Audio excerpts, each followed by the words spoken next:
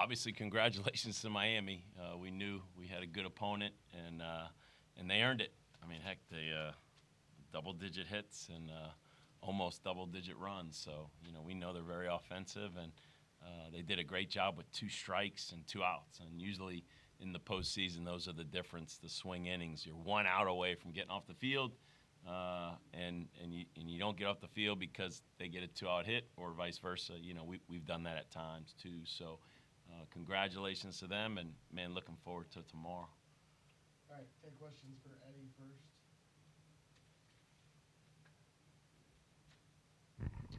Eddie, you've had quite the impressive tournament, even though you didn't get the result you guys wanted today. What have you been doing so well this postseason? Just honestly trying to do what I can to help my team. I'm not trying to be selfish and do too much, but just try to come up big for my team in the situations that we needed.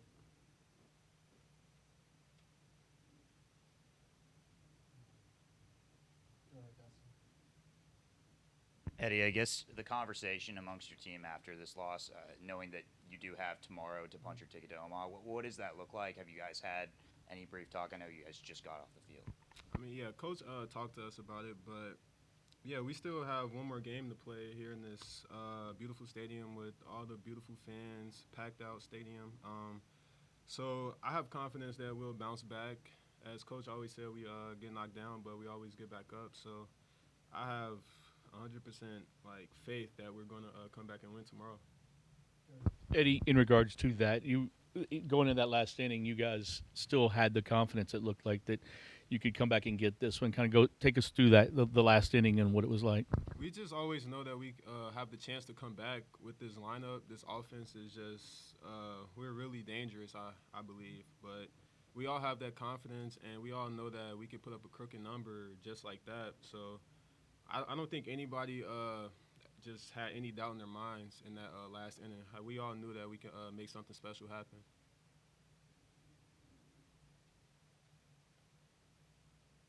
Eddie, can you just talk about your approach at the plate and specifically over the course of these last couple games, what is your mindset going to the plate, and how is it working out for you that you're getting these kind of results?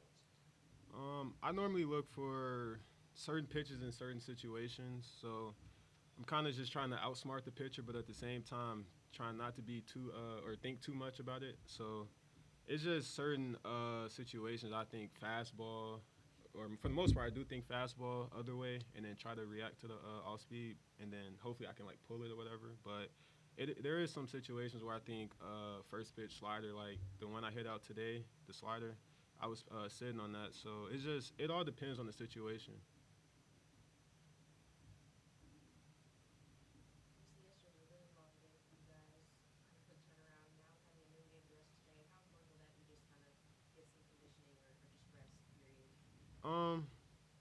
I think we know what to do. We'll get our rest, hang with our families, and just do the right things to be able to bounce back tomorrow. Eddie, can you describe the swing of emotions? Looks like you guys may bust it open. You got Zion up, and then you have a call that doesn't go your way, and they take over the lead. What was kind of the swing of emotion in that inning period? That's just baseball. I feel like a whole lot of momentum shifts in baseball, so you just have to stay cool, calm, and collective.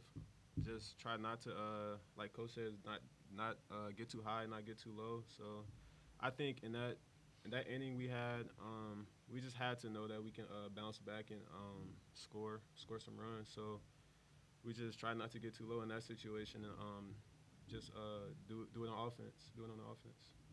All right, anything else for Eddie? All right, Eddie, hop out. Thank you. All right, we'll take questions now for Coach real quick. And you always talk about the little things and they add up kind of thing. I know people are going to point to the fair foul call, but the pickoff at second and then the error to start the inning kind of got things rolling the wrong way, didn't it? Yeah, as Eddie said, it's a game of momentum. So, you just got to handle it. It's going to swing back and forth, and don't get too high, don't get too low. It's, I use a lot of Dr. Elko's sayings. So one of our sayings when he spoke at the beginning of the year is don't sit in the crazy chair. And the crazy chair is if you think it's going to be easy, right? Like, if you live life sitting in the crazy chair, you're not going to be real successful. So expect hard, embrace the challenges when they come, and you move on. So it's like I said, at the end of the day, they played better than we did. Dan, can you talk about that fair foul play? Just kind of what you saw. Obviously, the conversation you had with the umps. What was that from your vantage point? Yeah, I don't have a good angle from the dugout. I asked the home plate ump if he could help. Look, guys, there's a million calls in a game with balls and strikes, and I know they're good conversation pieces, but there's no way in heck I'm going to blame a really good umpire. You know, make the next pitch, make the next play, get the next at-bat. Again, that's part of life. So I'm very confident that my team is not living in that self-pity world as to why we lost the game. Plus, that's disrespectful, I think, to Miami and how well they played. You know, like they nothing was gifted to them, man. That they earned it today. Did you think at all about putting a righty in to face Kuvit before in the 8th inning when he hit that homer? You know, Jack Brown already pitched, so Schweitzer's our last righty ready that could close. You know, Peter Michael's more of a starter, and so we had I guess a power lefty warming up, and Starks, it's funky and he's tough. He's tough on righties. It's just Cuvet's just a really good hitter who had just missed a couple balls, and it's easy to second guess. But you know, like I told Coach Williams, he's coaching his tail off. We're pitching. I mean, we're doing plenty well in this postseason to win. So that's the great thing about baseball. You know, it's I kind of, I don't know if laugh's the right word or smile inside, but you know, you're too late McDonnell is an often phrase I hear when you're walking to the mound, and if I knew he was going to give up a hit to the previous pitcher batter, I promise you we would take him out. But you know, you got to play the game. You trust your guys, and again, two strike or man, I don't know, 2 strike or 2 out hit, but man, just they earned it. Dan, JD talked about yesterday about how they kind of got out of their normal approach. I mean, what you'd seen on tape and stuff, did this seem more like the offense that you're probably anticipating? Well, I mean, it's just good hitters. Yeah, I mean, they're going to move the ball. They're good with 2 strikes. They use the whole field. You know, sometimes you just got to give a guy like Patrick Forbes credit. Like, you know, sometimes those pitchers can get you out of your approach. And so, but it's hitting, man. You go in and out, and like I said, we knew all along it's a good lineup. They do a good job on offense, and they're going to score their runs. You know, so we'll be ready tomorrow.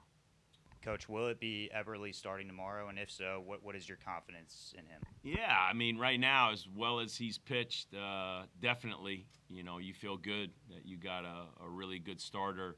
I'm sure he's excited and chomping at the bit as much as he would have liked to have won today.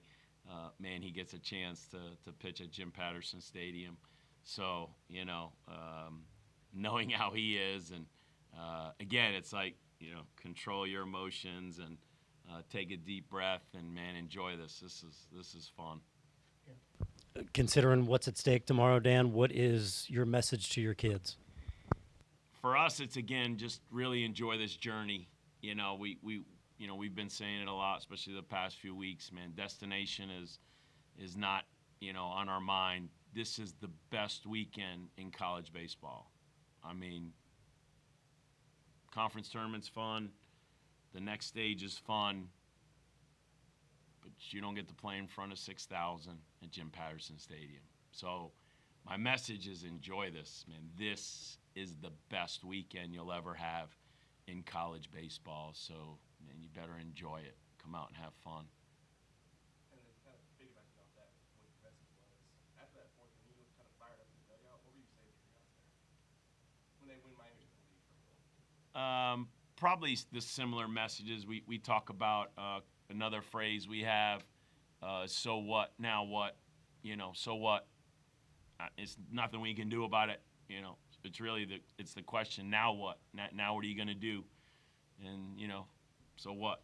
So lots of times I'm just giving staple messages that we consistently portray throughout the year and want them to just seep in and have them the ability to turn to something when they need it. And as we know, all these trials and tribulations and tests and ups and downs, like, I'm not saying you guys are old, but this is an older crowd in here, right?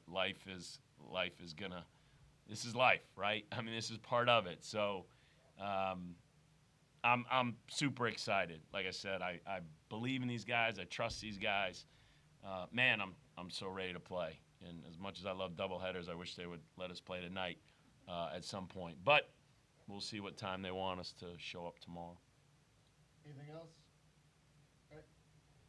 Thanks, everybody.